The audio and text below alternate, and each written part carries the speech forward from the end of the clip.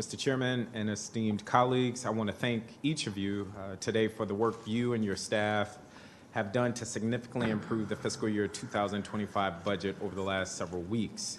The accomplishments we have made together for district residents are too many to name comprehensively, but they include providing needed financial stability to WMATA, restoring $70 million that was cut from the Pay Equity Fund, investing in critical housing supports in the form of 477 new vouchers, $26.9 million in emergency rental assistance, restoring $20 million in access to justice grants that provide critical legal services to low-income residents, restoring the ramp-up of the district's earned income tax credit, restoring significant cuts made to our sustainable and green energy investments, and a personal priority of mine, establishing a local child tax credit in the District of Columbia.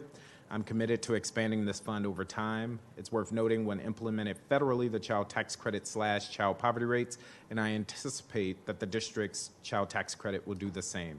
The district child tax credit was the first piece of legislation I introduced after taking office because we know we need to do more to support lower and middle income families who call the district home.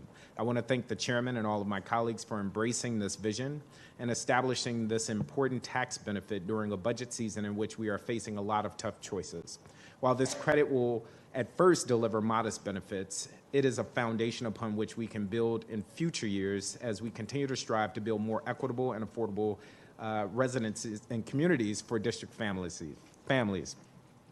I also want to highlight some of the critical wins that this budget represents for Ward 5 residents. This budget advances road safety by delivering $300,000 more to South Dakota Avenue and launching a new safety project on Michigan Avenue. It paves the way for greater economic opportunities by funding a Ward 5 business center, a feasibility study, and development study of the Rhode Island Avenue corridor. It delivers long-needed investments to Ward 5 facilities, including a new playing field at Harry Thomas Rec, critical repairs to Wheatley Education Campus, Luke Seymour High School, and Turkey Thicket Recreation Center. It invests community safety by deepening investments in Ward 5's 3D, 4D, and 5D police districts, expanding opioid abatement outreach to North Capitol Street, and expanding clean teams to Fort Lincoln. Last but certainly not least, the budget makes critical investments in LGBTQ priorities, including establishing a standalone office of LGBTQ affairs, funding my legislation to establish a Black LGBTQ history program, providing dedicated housing vouchers to LGBTQ residents, and investing in the LGBTQ Center in Shaw. As the district's first Black openly gay council member and the only LGBTQ member serving currently, these priorities were personal for me, and I deeply appreciate the efforts of my colleagues, especially Councilmember Nadeau, in moving them forward.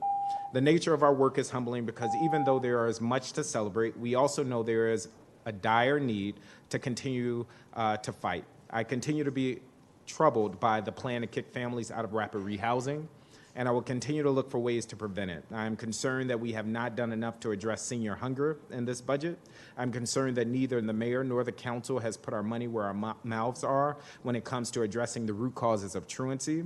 I continue to have concerns about the fast-track change to our sports betting contract without sufficient answers or remediations for how said change will impact small businesses. And I look forward to working with colleagues on these matters before our second vote. And so while I am proud, deeply proud in fact, of the work that we have done and that you all are helping to lead, I am also mindful that our work together is not done. I look forward to working again, as I mentioned, with colleagues ahead of our second vote, but am proud of the work that we've done to get to this point. Thank you, Mr. Chairman.